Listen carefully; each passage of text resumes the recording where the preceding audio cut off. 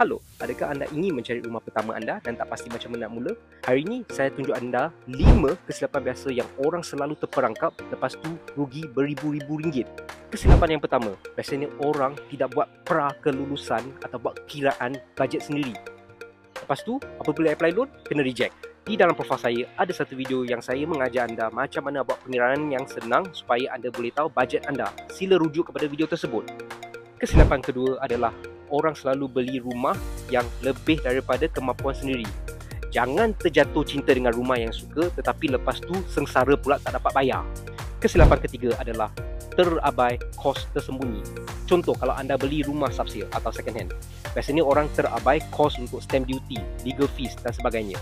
Kalau beli rumah baru, biasanya orang terabai kos untuk bayar MOT atau dikenali sebagai Memorandum of Transfer, iaitu pindahan hak milik rumah kepada anda.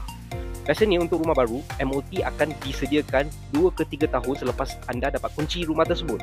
Kesilapan keempat adalah tidak buat kajian pasaran sebelum beli rumah tersebut. Contohnya, tidak cek lokasi.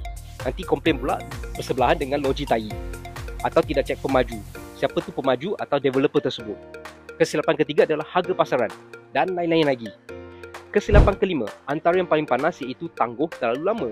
Ramai yang suka tunggu-menunggu, kata besok lusa. Lepas tu apabila nak beli, kata mahal pula. Apabila dah bersiap sedia beli, pergi tengok, unit tak ada pula. Macam mana? Jadi, jika anda ingin pertolongan, sila komen rumah atau PM saya segera dan saya akan bantu anda secara percuma. Jika anda dapat manfaat dan telah belajar sesuatu yang baru, sila like, follow dan share kepada rakan-rakan anda. Nama saya Ezra, kita jumpa lagi di episod lain. Bye!